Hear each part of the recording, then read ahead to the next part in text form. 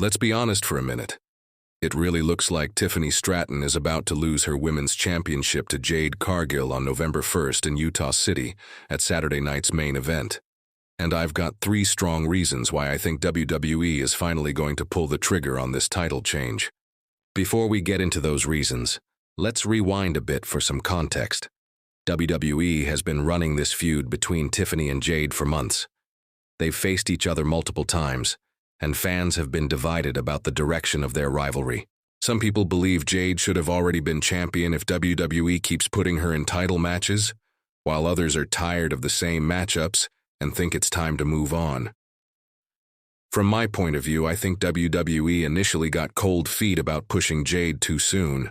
They didn't want to rush her into the title picture without a clear follow-up plan, so instead, they kept the feud going.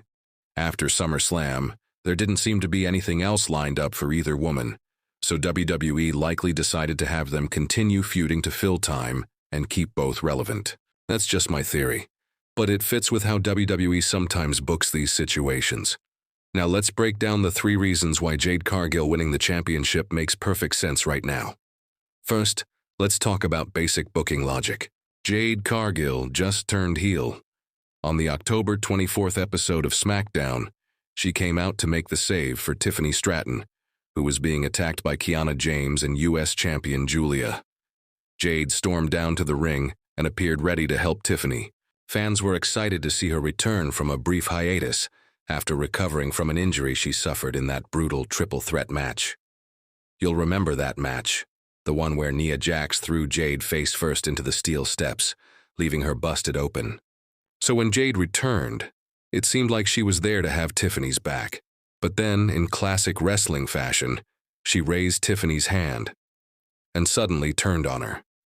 Jade attacked Tiffany viciously, the kind of attack that reminded everyone of the dominant force she was during her AEW days. This is the version of Jade Cargill that fans have been waiting to see. Ruthless, unapologetic, and full of attitude. She doesn't have to play nice or act like she's everyone's friend. She's back to being the mercenary, the larger-than-life superstar who commands attention.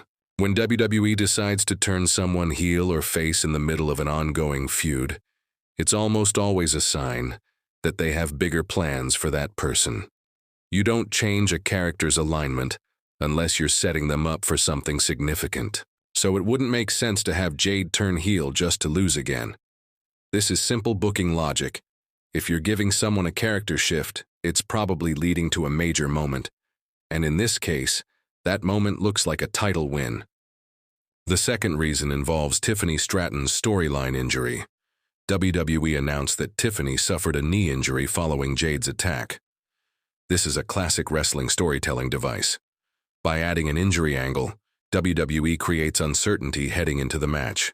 Fans start wondering whether Tiffany will even be able to compete, or if she'll be at 100%.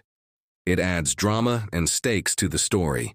But most importantly, it gives Tiffany a built-in excuse if she loses. If Tiffany loses the title, she can claim she wasn't fully healthy. It protects her character. WWE uses this strategy often when they want to move a title onto someone new, without making the outgoing champion look weak. It gives the losing wrestler a way to save face and sets up an easy path to a rematch down the line. Tiffany can say, "I only lost because I was injured," which creates a reason for her to demand another shot at the championship once she's healed. This is actually smart booking. It's the 4th time these two have faced off, so WWE needs to find a way to make the story fresh. By weaving in the injury and the heel turn, they've created new emotional layers. Tiffany gets protected, Jade gets elevated, and fans get something that feels new despite the long-running rivalry. It's the same formula WWE used successfully with Rhea Ripley and Liv Morgan during their 2024 feud. They used injury angles and emotional storytelling to extend the rivalry and make each match feel important. I'm totally fine with WWE doing the same thing here. It's a win-win. Jade finally gets her big title moment, and Tiffany keeps her credibility because she can blame her loss on the injury. Plus, it sets up a natural rematch for later, maybe even at a pay-per-view like Survivor Series or the Royal Rumble. That's smart storytelling. Now the third and final reason, Jade Cargill as a heel champion opens the door for a dream match that fans have been waiting for. Jade Cargill versus a returning Bianca Belair. This could be one of the biggest women's matches WWE has on the horizon. I've said before that when Bianca returns, she shouldn't go back to Monday Night Raw. She belongs on SmackDown, and she should be chasing the women's title there. Originally, I thought that feud would be with Tiffany Stratton, but if Tiffany drops the belt, it makes even more sense for Bianca to feud with Jade. There's already history between these two women. They've been compared constantly since Jade arrived in WWE. Fans have debated who's stronger, who's more athletic, who's the real powerhouse of the women's division. Both women are incredible athletes with dominant personas, and there's a natural chemistry and rivalry between them that hasn't even been explored on WWE television yet. Imagine the story WWE could tell here. When Jade first arrived, Bianca welcomed her, offered guidance, and supported her transition into WWE. Maybe they even built a friendship or alliance at one point. But now, with Jade's heel turn, that friendship could shatter. Jade could claim that she's tired of living in Bianca's shadow.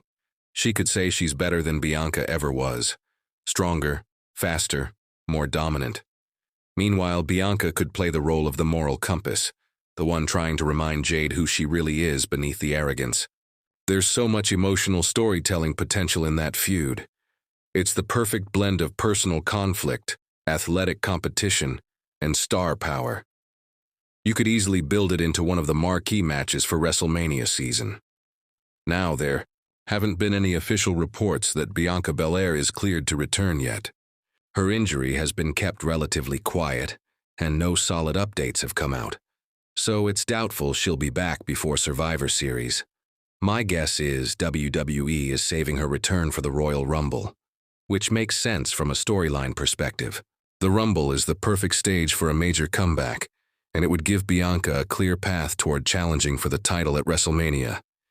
Even if Bianca doesn't come back before then, WWE can still plant the seeds for the feud.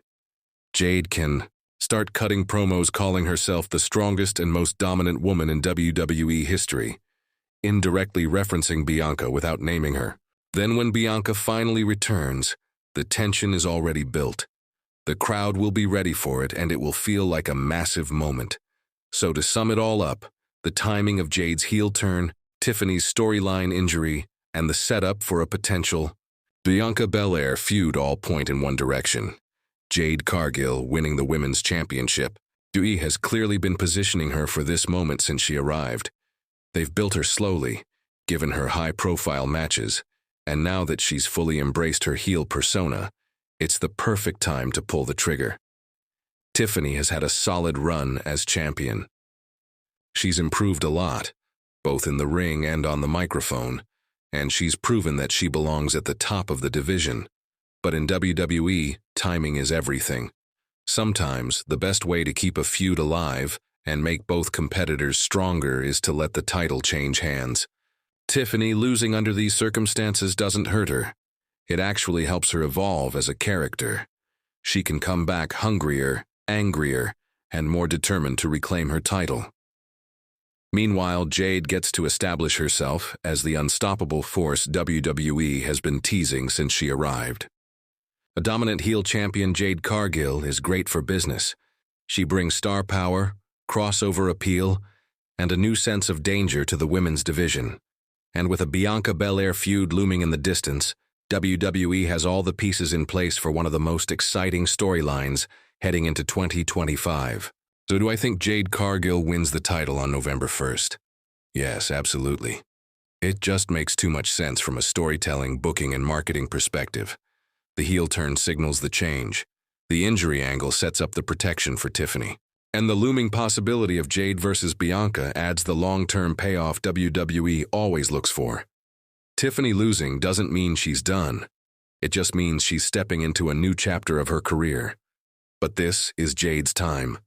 Everything, from the momentum of her heel turn to the anticipation from fans, has built up to this moment. And when WWE finally lets her hold that championship high, it'll feel earned. So, what do you think? Will Jade Cargill finally win the gold? Will Tiffany Stratton find a way to retain against all odds?